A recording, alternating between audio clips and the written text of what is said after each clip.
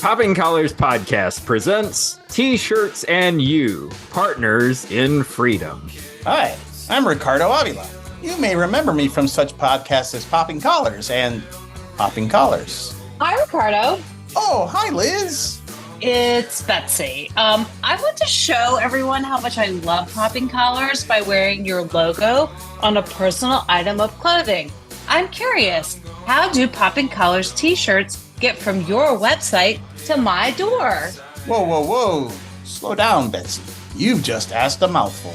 Well, it all starts here at poppingcollarspodcast.com. We let the folks at Redbubble cook up some amazing concoctions with our podcast logo, including stickers, hats, coffee mugs, and yes, even t-shirts. And when the teas are just right, they get spit out from the internet into the real world. Ricardo, I have a friend who says there are no more t-shirts. Is he right? No, Betsy. Your incredibly wrong friend is just ignorant and has never heard of new merchandise. We have t-shirts perpetually being made in multiple colors and multiple styles or multiple fashion tastes. Shouldn't I just buy a book instead? Don't kid yourself, Betsy. If books ever got the chance, they'd take money off you and everyone you care about, and you would never get a t-shirt. Wow, thanks, Ricardo. I'll definitely get a t-shirt instead. Good choice, Betsy. Good choice. Get your t-shirt at poppingcollarspodcast.com. Just click the link at the top of the page that says Popping Collars merch and more and follow the prompts. You'll soon be the envy of all your friends. Pop, pop. The preceding ad is a work of fiction directly stolen from the television show The Simpsons. Popping Collars t-shirts will not make you the envy of all your friends. Books are not out to get you or your family. Greg adds these things because he thinks it's funny and doesn't consider the impact these statements have on people's livelihoods. Popping Collars is a silly little podcast that you should not take seriously, except when you should.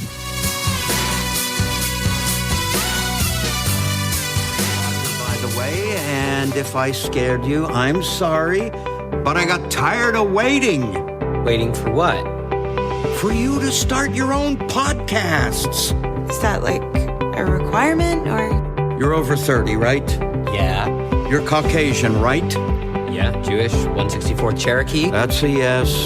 Meaning both of you are in the prime demographic for ordering some robo-schlongs from Best Buy to record your conversation about something 50 other pairs just like you have already covered. Then businesses can plaster your most uninteresting thoughts with ads for dog antidepressants and other abominable creations of capitalism. Is that why podcasts exist?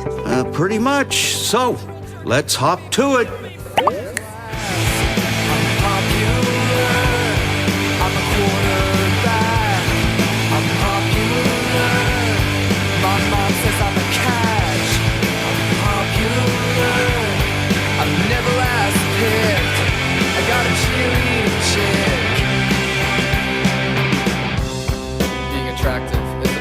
Welcome to Popping Collars, the podcast that lives at the intersection of religion and pop culture. The longest running Episcopal podcast of all time. My name is Greg Knight. I work at the Church of Bethesda by the Sea in Palm Beach, Florida. With me are my co-hosts from the great state of California, Ricardo Avila. Ricardo. Hey, Greg. Hey, it is a great state. Thank you very much. I am the rector of St. Luke's Episcopal Church in Los Gatos, California. I always tank at these intros, so I got nothing to say. Yeah. Summer, almost over. Wait, whoops. Summer's over. Oh. Can I just go home now? All right, let me try that again. Hey, Greg. Thanks, Ricardo Avila. We're leaving all that in the pod. Okay. That's why we're longest running. So good. My life is so interesting that I can't really talk about it. That's the problem. Or boring and no one wants to hear about it. And sometimes both. That could be my gravestone. Yes. Yes. Ricardo, the last time we recorded, you were about to leave for your trip, and people haven't heard if you had a good time on your trip. Oh, right. This is Pod Universe time. Yeah, I had a great time. Was in the Holy Land for 12 days and then Spain for 21. Who gets to go away for 5 weeks and it's not a sabbatical and you still have your job when you come back? Nobody. Wow. Parish priest and maybe Betsy. I guess. I don't get to do that. Wow. No, it was great. In fact, I'm giving a presentation to the parish in a few weeks on my pilgrimage, which will basically consist of my overly long Facebook posts and photos. And so who knows, they may just never want to go to the Holy Land after that. Love it. From the great state of Nebraska, it's Liz Easton. Oh, hey, Greg. I'm Liz Easton. I'm the canon to the ordinary in the Diocese of Nebraska. And I've had a kind of a little rough stretch of the summer, too, in that I went to summer camp, which was great. But then I got sick because kids have germs. Mm-hmm. And I was sicker than I've been in years. It was disgusting. And I missed recording a podcast, which I felt terrible about. Then I went on a road trip to Western Nebraska for 8 days, and it was awesome. But I was kind of sick, so that was hard. And now I'm back, and still kind of feeling a little fragile. So I can't make any big promises. Mainly emotionally, not so much physically. Oh, okay. I thought it was that super germ. Like, no, it is a little bit. I only just have my voice back. That was the last symptom to heal. So it was very strange. But other than that, I'm doing really well. I could ask all of you to apply for a position in beautiful Nebraska, but I've been told that I have to start like paying for advertising space if we do that. So I won't. Yeah. But check that OTM. Thank you, Liz. Yeah, you're welcome. And from the great Commonwealth of Virginia, Betsy Carmody. Such a problem. It's very special, right? So, most places, like if you're certified to marry people in the District of Columbia, that actually qualifies for most states, right? So you don't have to get a separate license to marry people. That does not count in the Commonwealth of Virginia. Wow. You're kidding. Right next door. It does not.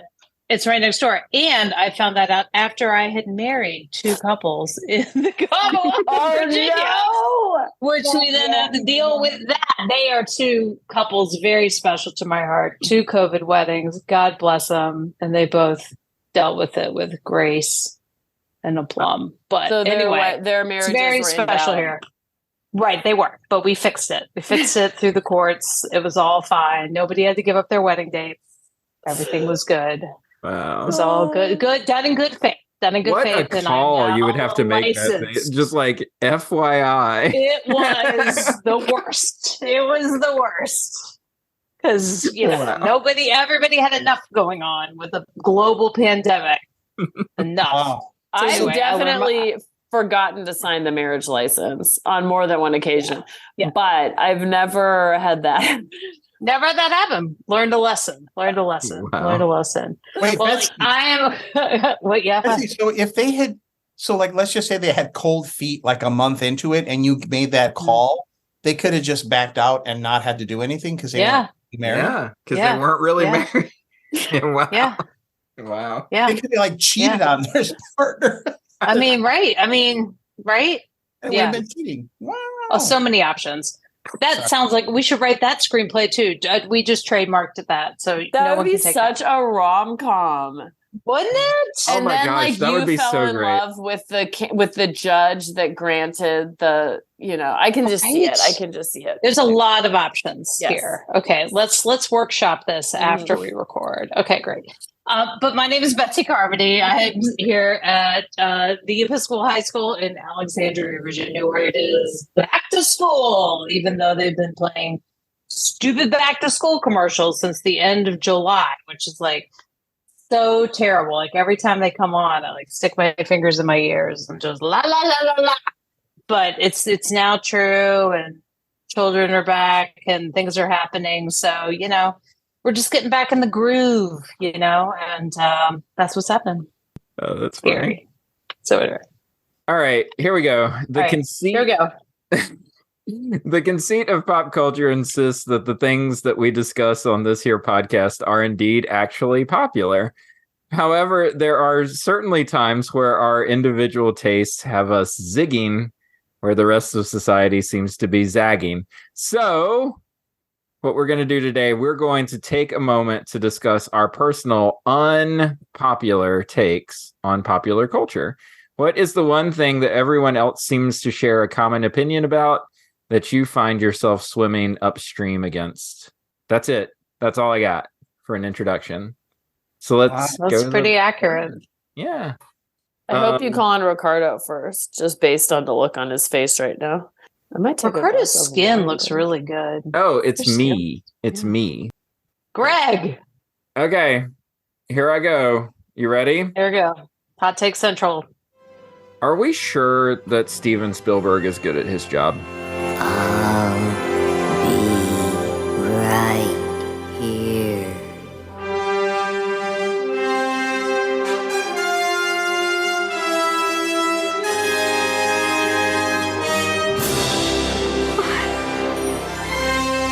Well, listen, I like Jurassic Park as much as the next guy. I'm a big fan of Indiana Jones. All of this stuff, I think, are entertaining movies.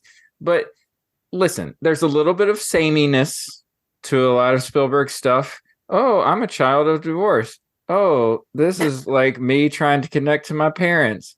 Oh, I'm a, precocious little kid. You should love me.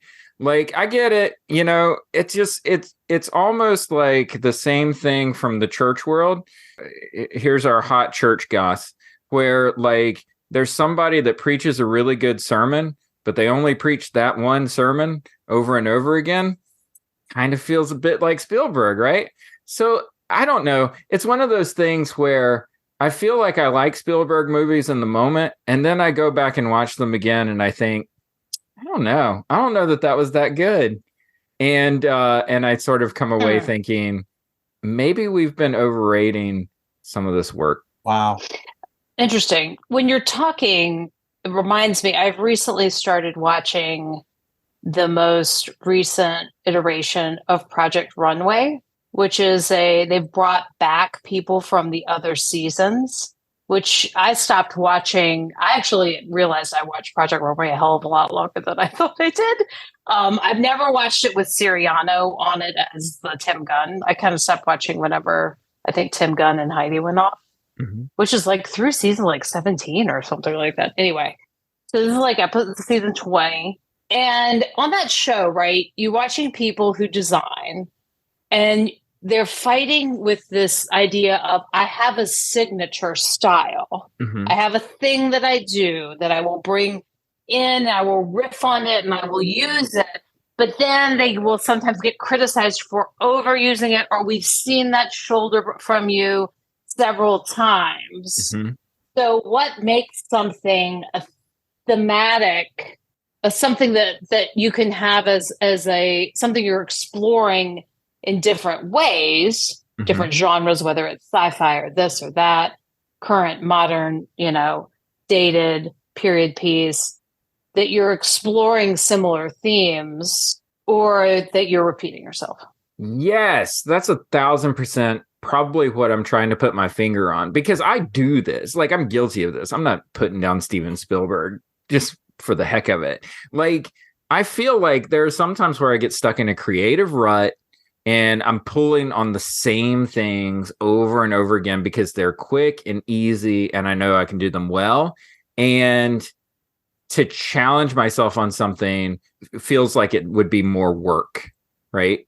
And it's like, that's the thing that I think I'm trying to pinpoint is like, when does it feel like you're going into autopilot? And when does it feel like you're actually like reaching outside of yourself and trying to touch something, bigger? So you're calling Steven Spielberg lazy? I mean, listen. That sounds mean. You're saying that because I think he's fairly ambitious. Like, I'm not sure that lazy would be the way to describe. Yeah, I don't think Steven I would Spielberg. use that terminology. I just feel like there's a sameness to it all. And I feel like he gets a pass because he's been directing movies since, forever, since like we were kids. It just feels kind of like what Betsy was saying, that this idea of just kind of hammering the same note. And you contrast that with like someone like Scorsese, for instance, who like zigs all over the place. Not because he doesn't understand what his voice is, but because he's just curious about all different kinds of stories. I think that's what I'm trying to say, is that like, and the reason that I was thinking of this is because we were on vacation recently and the second Jurassic Park movie was on. And my daughters are big Jurassic Park people. They're not scared of the dinosaurs for whatever reason. They just think that they're fun. So we can watch Jurassic Park movies all the time. And we were watching The Lost World, and it was so bad, you guys. Like, I was just sitting there like, I can't believe that this is a movie, and I can't believe that one of our greatest directors made this movie. I'm not one to defend Steven Spielberg, but I wonder if it's not so much him that you're bothered by as by the people who are lauding him or giving him the pass. Because he kind of is who he is. You're talking about Scorsese having a lot of curiosity in multiple directions, whereas Steven Spielberg is kind of mining the same, hoeing the same row, if you will, over and over about the kids and the innocence and all that business. And I agree, but I sort of think that's there's like endless opportunities there. There is a sameness, okay, but I think there's always going to be people who want to eat that up. Mm-hmm. Whereas not everyone's going to want to watch The Last Waltz by the band, Scorsese, and wait, let me impress you with all my Scorsese knowledge, or Goodfellas, or Mean Streets, or oh God, that movie. I don't even know what I'm saying right now, except to say that I agree with you about Spielberg having a sameness, but sometimes there's a comfort in that. And so I can see being, bored with him, but sometimes we like to read the same short story over and over again, or watch the same old movie. And so I sort of don't fault him. He seems earnest, and I think that's something we don't have much of in our culture these days. So variety is really important, I think, for the health of something and for the life of something. And even when it comes to like the way that we see something, in like our own creativity, like if there's something that we're good at, if we're good at telling the story of like divorced parents and precocious kids and aliens and all of that stuff, great. But, maybe like look for more times to push yourself, because maybe it is the like Saving Private Ryan's and the Schindler's Lists and those areas where we can actually find a little bit more of our voice, I think. And that's all I'm saying. I think he might be too much of an optimist for our reality. It's just things kind of turn out, and it would be something to, if he directed like a Zodiac movie or something, which is Oppenheimer. Like, can you imagine Steven Spielberg's take on Oppenheimer? Interesting. I wouldn't want to. Yeah. I mean, I think. Yeah. Okay. You know what? I hate him too now. Thanks.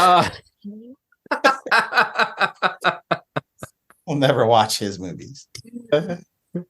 Steven Spielberg is wonderful. We love his movies. We'll talk about. Well, is some of this because we're looking ahead on going on 30? We're going to be watching.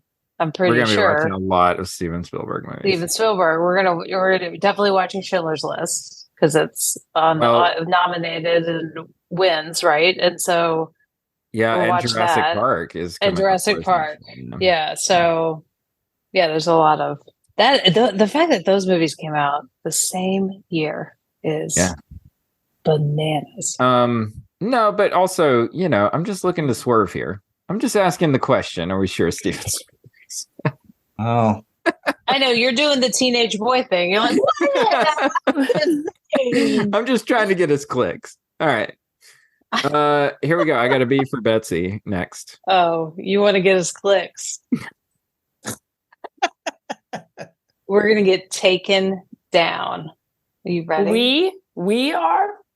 Yeah. I don't know. Maybe Or me. you are? I don't know. Give it to us. Uh-oh. Taylor Swift is overrated.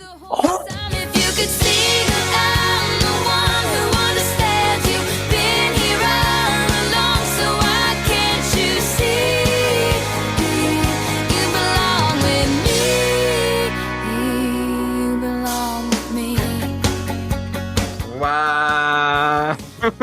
Hot take.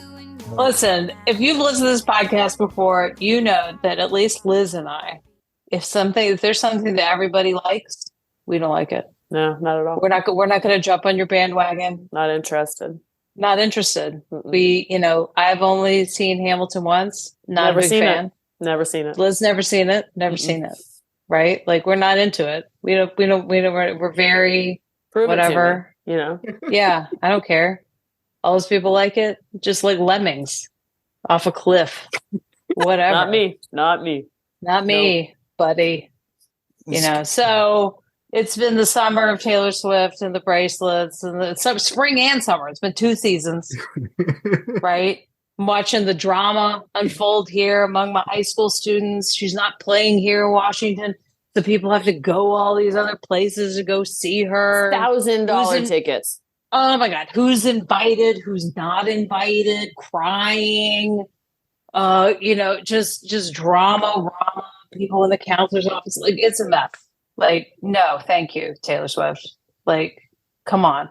And I've read articles also testifying that this is the rollout that's happening in other communities. But I think, I don't know whether I wasn't the right age. Am I too old for Taylor Swift? Like, she didn't come out. Like, I do like 1989 as if I'm going to have to pick an album. I do enjoy that album. An era. An era. Yeah. Which is a very long technical period of time if we're going to pull up Merriam-Webster. Well, it's quite lofty to define what are you, 32 years old and define your career by eras? Eras. Okay, Taylor. So that's probably my favorite era. But overall, it's similar to Steven Spielberg. There's a sameness to the music. And I think I appreciate a good emotive song every now and then, but I need some meat. I need some lyrical meat. I need some, political commentary. I need like some stuff going on. I need some opinions. I need it's not enough. I will admit the show of the summer that I attended last week was Beyonce, which brings the meat. It was amazing. And, I got my costume changes. I got all my stuff. She doesn't need to call anything era. She is just amazing, right? But just like, I'm reflecting on the world. I'm reflecting on society. I'm getting all these different... It was awesome. You're doing a Kanye right now. Oh wow! Sorry, Taylor, but Beyonce had the best tour. I'm gonna clear out. I'm sorry. Oh no! I'm not doing. Do not. No Kanye. But yeah. I'm gonna let you finish. Yo, Taylor, I'm really happy for you. I'm gonna let you finish. But Beyonce had one of the best videos of all time. One of the best videos of all time. I'm gonna let you finish. I have 3 things to say. Yes, Liz, 3. Okay. They're unrelated. They're just related to Taylor Swift.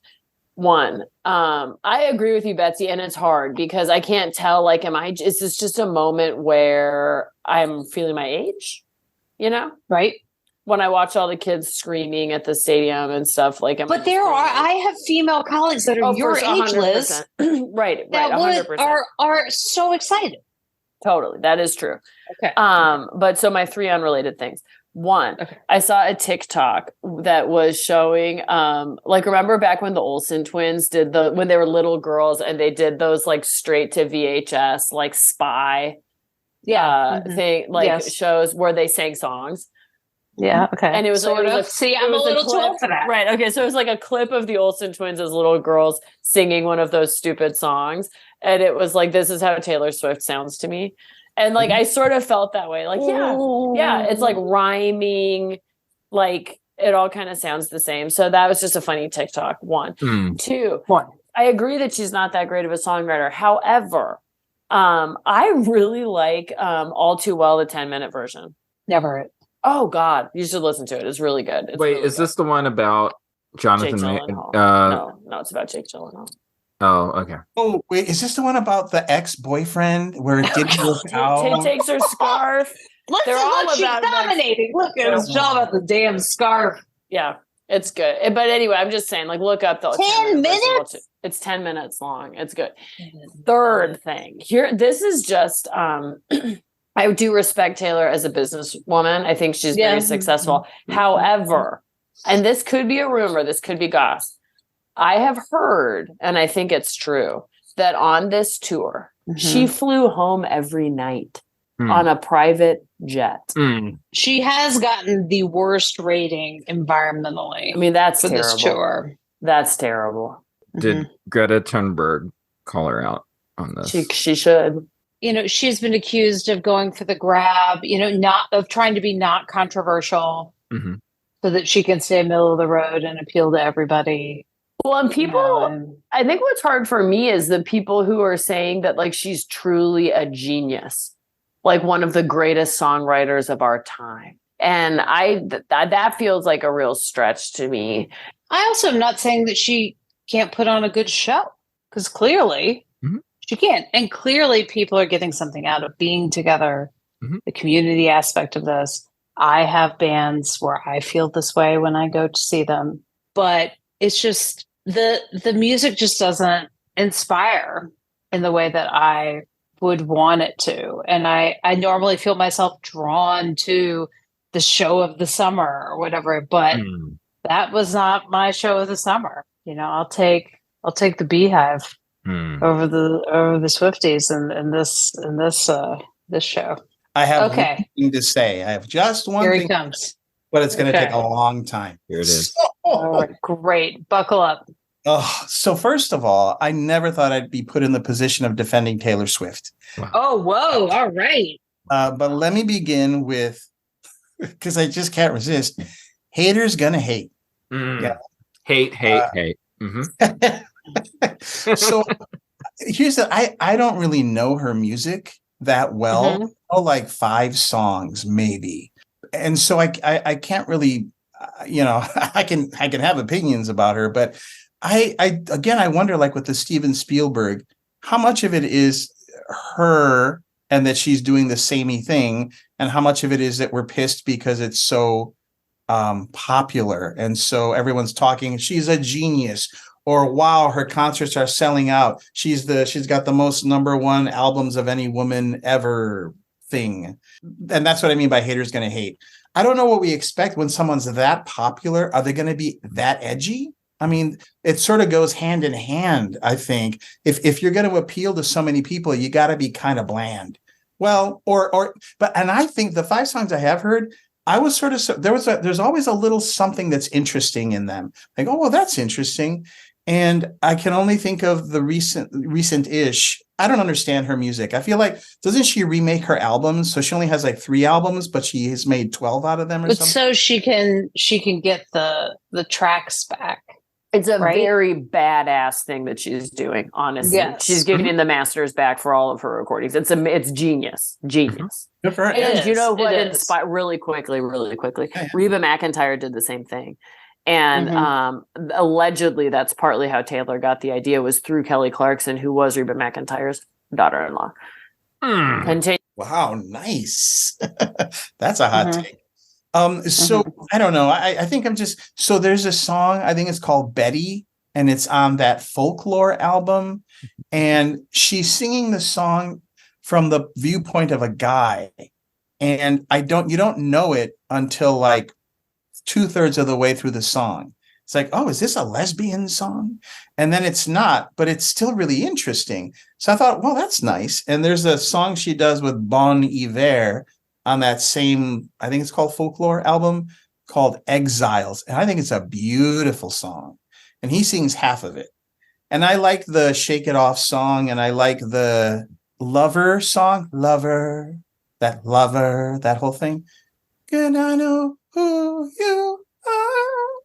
ever and never. And, you know, she's got a pop sensibility, and I think she does good at what she does. And I think she does know how to write songs. I think she does know how to play guitar. Yeah, there's a sameness to the songs, but I will defend the few I have heard. Maybe all the rest of them are the same and boring, but I think there's a hook.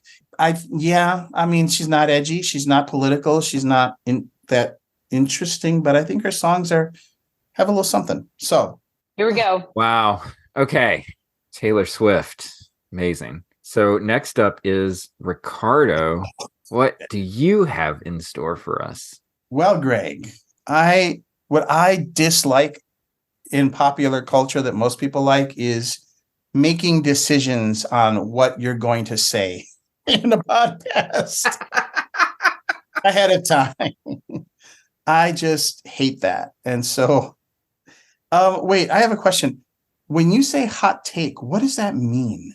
Oh, it just means something that people would react to if they heard you say it. Like a scandalous thing. That's my Okay, so the hot take is not that you dislike this thing, but it's that the thing you dislike is so controversial that you would dislike it. Or you like something that other people have really panned. Okay. Well, can I just I'm a big Geely fan. Yeah. or you know what? I don't really like Frank Sinatra, or you know, like, or whatever it is. Yeah. Oh wow. Whatever it is. Well, so I just turned 57 years. I just turned 57 years old, and I'm by far the oldest of all four of us. And so I sort of feel like grandpa on the lawn right now. Get off my lawn, you kids. But I don't have a big thing that I dislike that everyone else loves, because I sort of don't like a lot of stuff people love. But I'm not that interested. I'm not that invested in it or something. So I guess I'm going to just throw a bunch out, and you're going to be mad because I don't pick one and you need one for your little visual or something, right? Oh, okay. On the website. So I didn't really like Beyonce's Lemonade album. Wow. I found it, but you know what? I didn't listen to it enough. I think it's complex, and I think I was expecting a dancey kind of, but like fun, but like, you know, like I love Crazy in Love. I will never talk that song down. I think it's perfect. But when I first heard Lemonade, I found it kind of, I don't know. I just couldn't get into it. And I know that there's a video, and the video makes the music make more sense, but I'm not a fan of having to see the video in order to like the song. So is that a hot take? Lemonade's pretty great. Yeah, so I can be wrong. I can't even defend it. Here's a hot take that you might want to cut from the podcast. I will actually probably still watch some old Woody Allen movies. There's an old joke. Two elderly women are at a Catskill Mountain resort, and one of them says, "Boy, the food at this place is really terrible." The other one says, "Yeah, I know, and such small portions." Well, that's essentially how I feel about life. Full of loneliness and misery and suffering and unhappiness, and it's all over much too quickly. The other important joke for me is one that's usually attributed to Groucho Marx, but I think it appears originally in Freud's Wit and its Relation to the Unconscious. And it goes like this, I'm paraphrasing. I would never want to belong to any club that would have someone like me for a member. That's the key I haven't joke. seen all of the ones I want to see. A lot of them are kind of deadly dull. And I haven't seen the documentaries about the family, you know, and the daughter. So I don't know, but I remember some of his movies being kind of seminal for me when I was kind of in college and such, and they sort of expanded my mind about what an intellectual life might be like, or a neurotics, because I was neurotic and I could relate. And so, but I know we can't like him anymore. And so I won't particularly blab about it, but I think Crimes and Misdemeanors is a great movie. And I think it has a lot to say about good and evil. I think Annie Hall is endearing as a movie. And so there's kind of a hot take that will be unpopular. That's what we're doing, right? Yeah, that works. No, I think that actually does work, because there have been a few.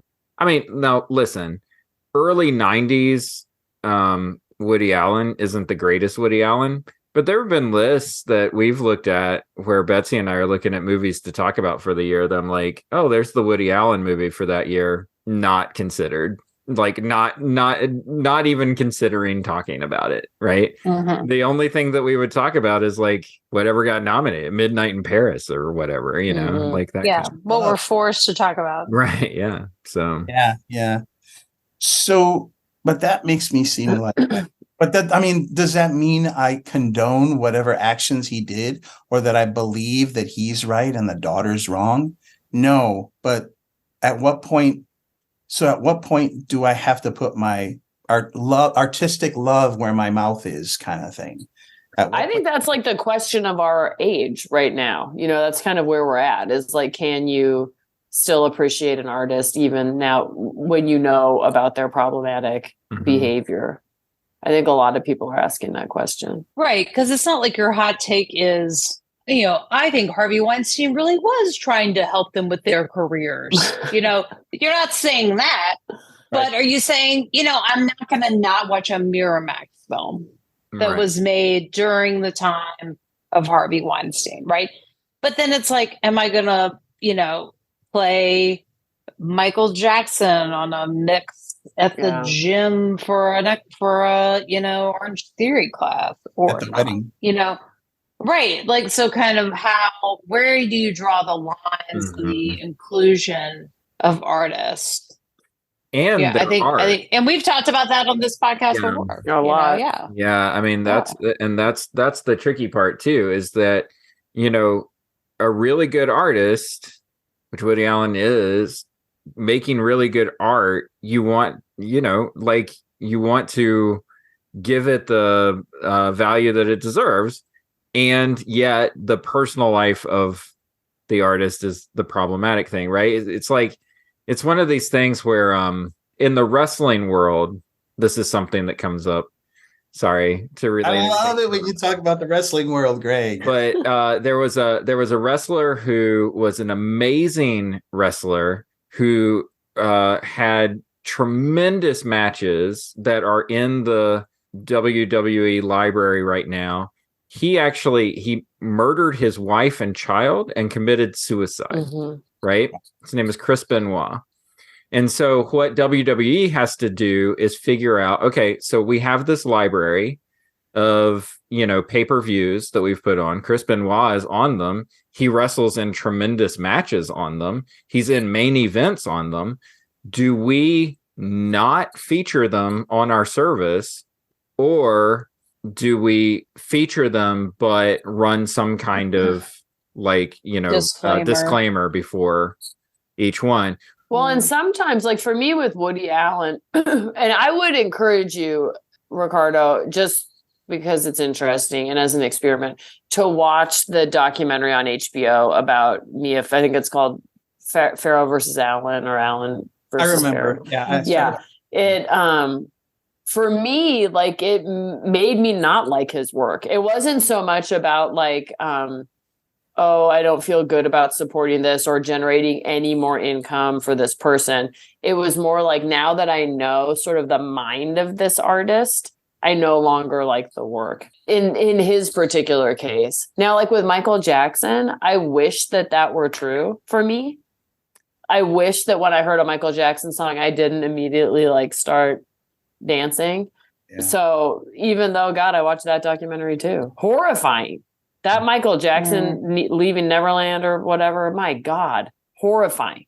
So I think that there's a difference between feeling like I have this moral obligation that I have to not like this person because I'm being told that I'm not supposed to, even though most of us, I think, do have the capacity to separate the art and the artist, or like when you have the exposure to more of their background or orientation or whatever it is, that you are actually like, oh God, I don't want to hear what you say anymore. Like, I don't want your perspective. Yeah. I mean, I remember getting the willies watching Manhattan, even before any of this came out. Like when it first came out and I saw it with, was it Meryl Hemingway? It was like 16 or something. Yeah. It was being kind of sexualized, and that felt creepy even back then. maybe the moral of the story is that there's a different part of our psyche that is activated when we are creatively or, kind of enlivened, the Michael Jackson song, you just can't help but tap your toes to. And then there's the moralistic side. It's good to have the moral side kind of police some of the other stuff, but we're not perfect people. We're not perfect moral beings. And I think I bristle a little when there's a stridency to people telling me what I can and can't do, even if there is a good reason for it. But I don't love that about myself, but I think it's true for everyone. And I think I'd rather land on authenticity. I also don't like Wes Anderson movies. Thank you. Actually, that's not true. I don't like Wes Anderson's directing style and the preciousness of them. And this came up in an episode back when you had that nice fellow, and I think I was being mean about Wes Anderson. But I do like that Budapest movie, The Hotel, and others. But precocious young people, I just drive me nuts. So. I like how Ricardo essentially turned this into a hot take support group.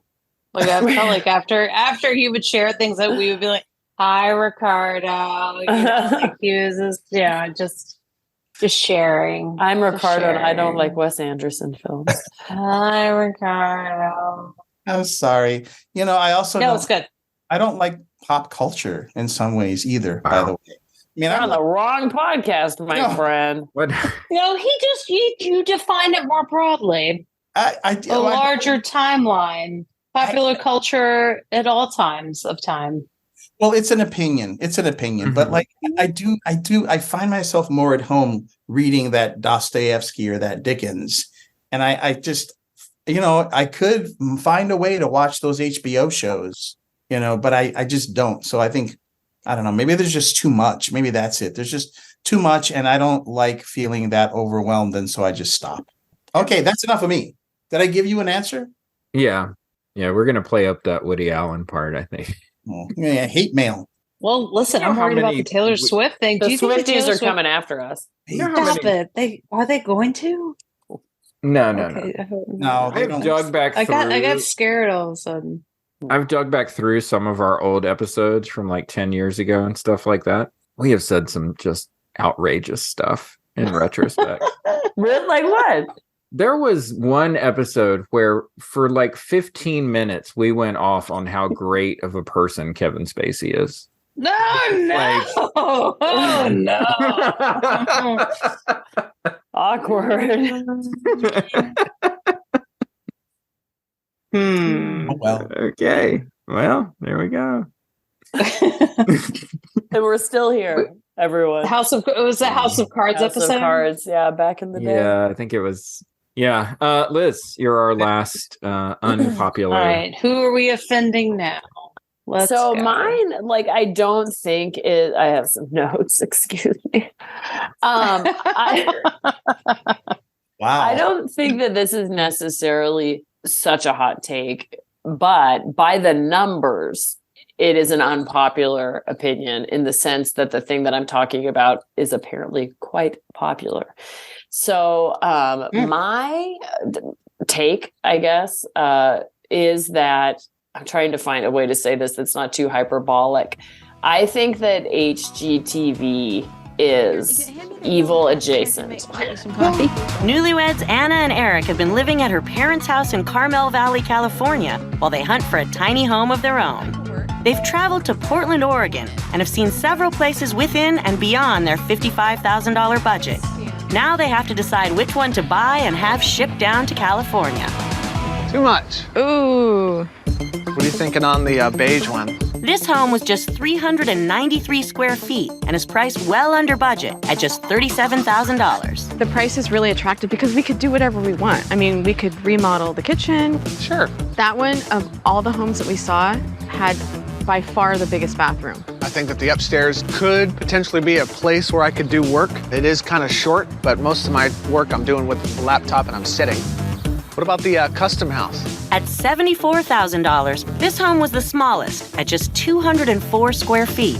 I was actually surprised by all the character that it had. Exposed copper piping, even the copper walls, makes it really unique. The base price. I don't want to say it's evil, but I think it's evil adjacent. It's at least. Oh, you're pulling punches, Liz. I know. You're I know. pulling punches. What? Okay. I think that it is aligned a little bit with the forces of darkness in our culture. And here's all that I'm going to say. I don't have a whole lot to say, especially because I don't have notes. I do have notes, but I don't have cable. So it's not even like I really watch HGTV. But recently, so backing up, okay, I am a big fan of the Teen Mom franchise, as we all know. One of my favorite teen moms was from Teen Mom 2. Her name is Chelsea DeBoer. She now has an HGTV show with her adorable husband, Cole DeBoer, and they like renovate houses in Sioux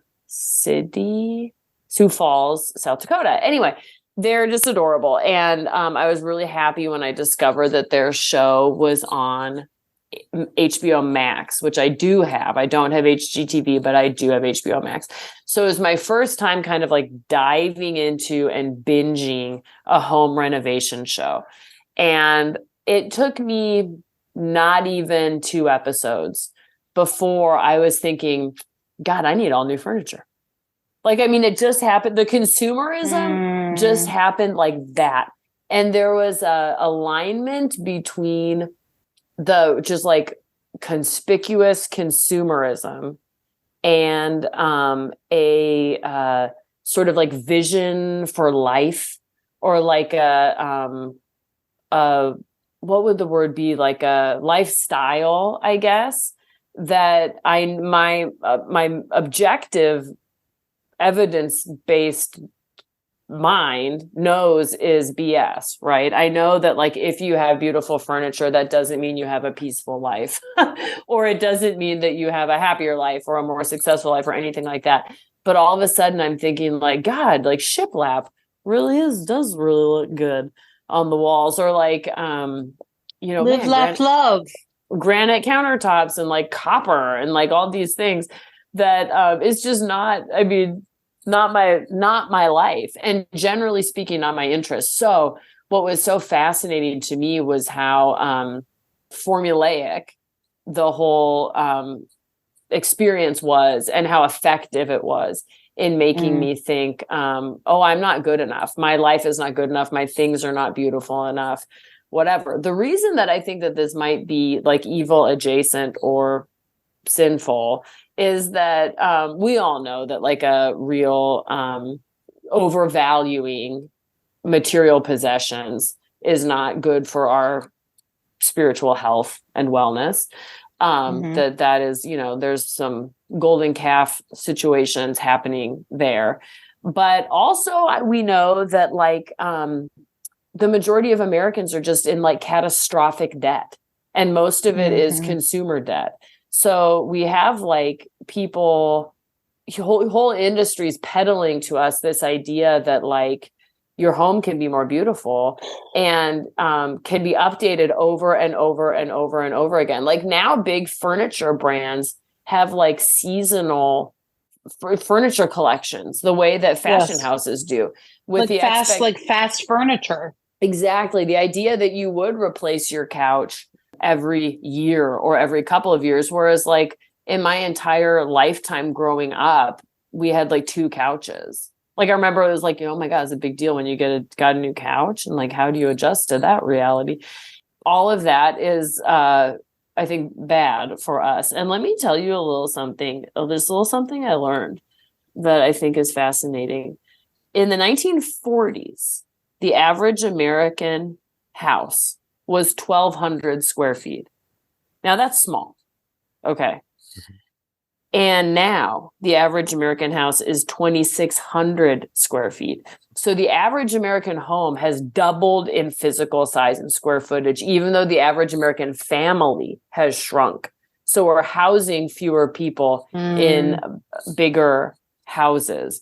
And there's a whole industry mainly that like centers affluent white people around telling the story that you need more house, different house, Bitch Magazine had a great article about how home improvement shows are basically like a neoliberal gospel. Like it just showcases and lifts up neoliberal virtues. This idea, because so oftentimes there's this story about the family who like is down on their luck in some way, and then the home improvement show comes in to like rescue them with granite countertops, never recognizing that actually the social safety net has completely betrayed them. Family. Yeah, exactly. Yeah. But these Ty Pennington can come in and lose save that them. bus. Exactly. Yeah.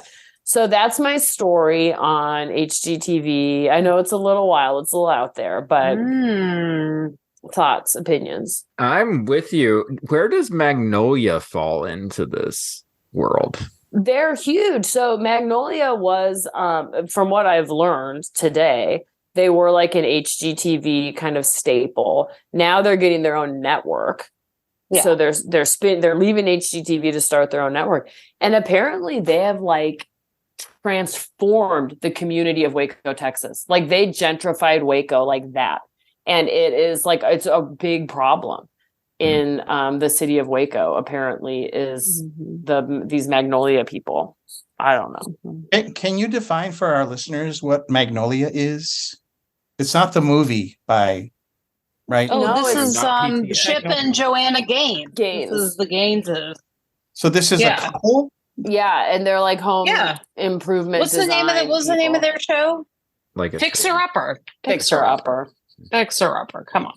Yeah, that's where the shiplap and cutting things out of corrugated metal and putting it on the wall, and all of those raw edge, live edged wood furniture, and barn all doors. Of these kind of trends. Yes, barn doors, things on tracks. Yep. What you said about fast furniture, I think that was the term that Betsy used, but like that idea of like fast fashion.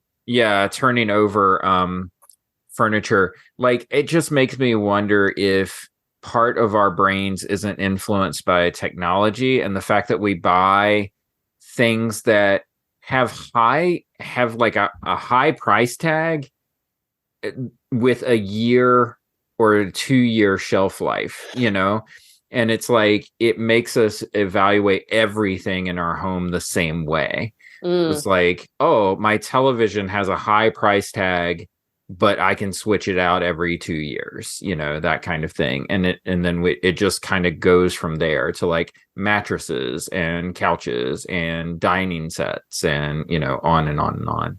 No, but they have lower price tags. They have lower exactly. Even though like for furniture. Yeah, if you're going to Home Goods or At Home or but it's still more expensive to buy a new cheap couch every 3 years than to buy one expensive couch every 20 years or but because we think of our consumable items as disposable now, more and more now, because of the way that like our phones work and our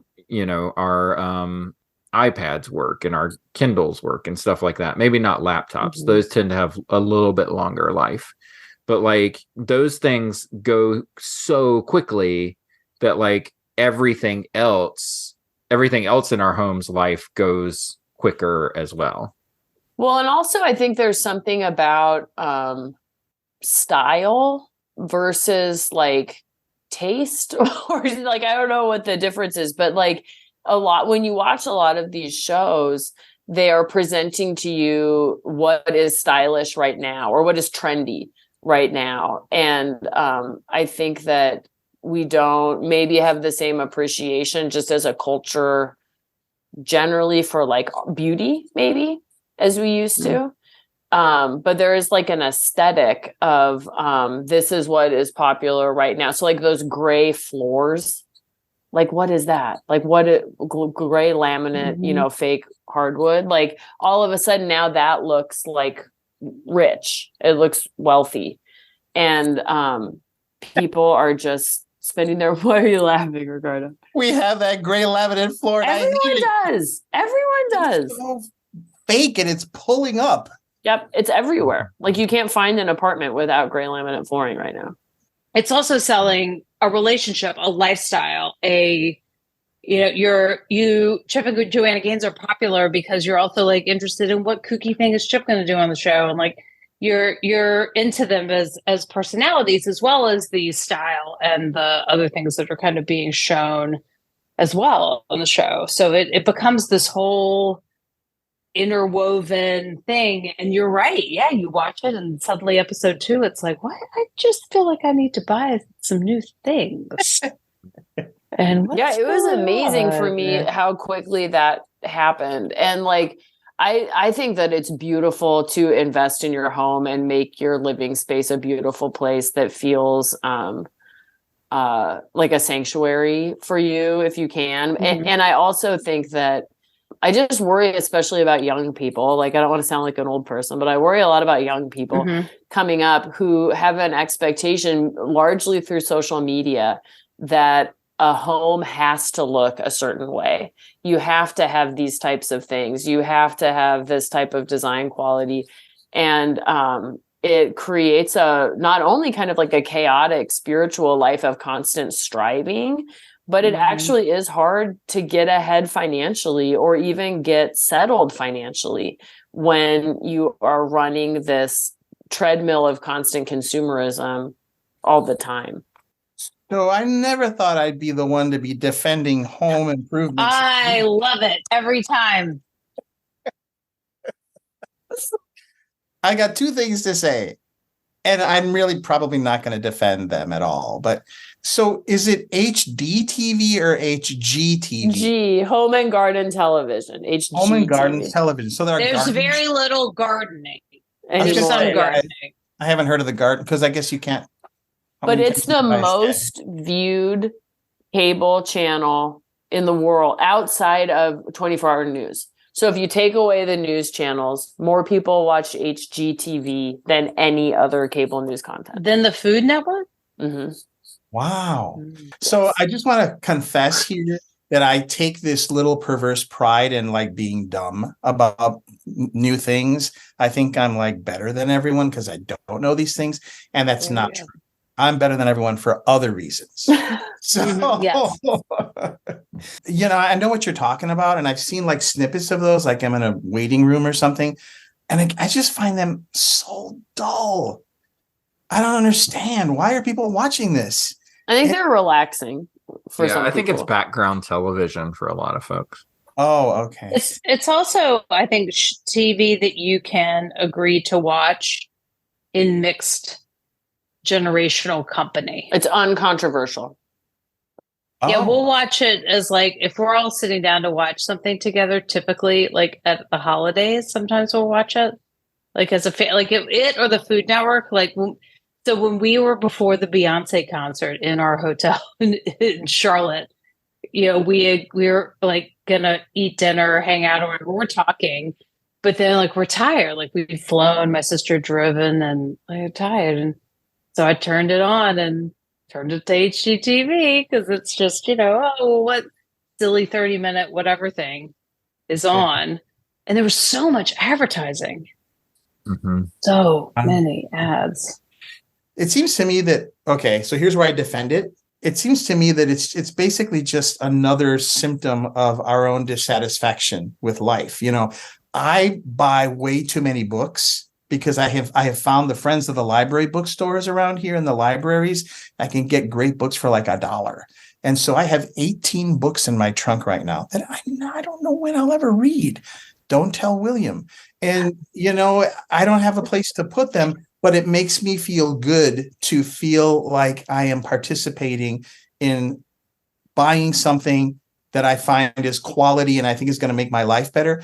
And they've been sitting in the car for 3 days now. I don't even remember what books they are. And I imagine, mutatis mutandis, that's what sometimes happens with people who buy the furniture from these shows. They're they're living out some dissatisfaction and thinking that this will. So I think we're all in it in our own ways. I'm sure each of you has that thing that you spend too much on that is trying to fill not to say to fill the void in your soul. It's a gaping wound in your soul. But, and so a little bit I want to say, well, yeah, and certainly the consumer thing, evil adjacent. You're right, because it manipulates, right? Doesn't it? Yeah, there's a difference between a $1 book and a $1,000 couch, Right. that you can't afford. Like that. That's Right. what. Yeah. It's just, I think that the reason I brought it up is that it was interesting to me how potent the message was that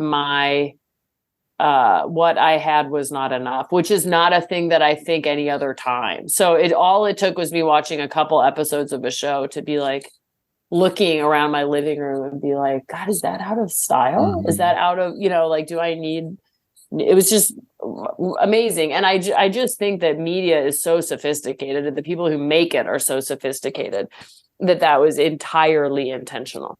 Nice. Okay. Let's wrap this up. It's now that everyone hates us. I know. You were saying For something our about, hot takes. We're canceled. Yeah. Longest running Episcopal podcast, no more. No more. Canceled. What will they say next? That's what people will think. They will tune back in to hear what our next thing is. Greg, I don't know if you've written your outro, but I believe that the Episcopal Journal no longer exists.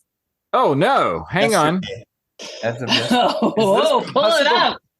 Is this possible? Yeah. Breaking news. Wow.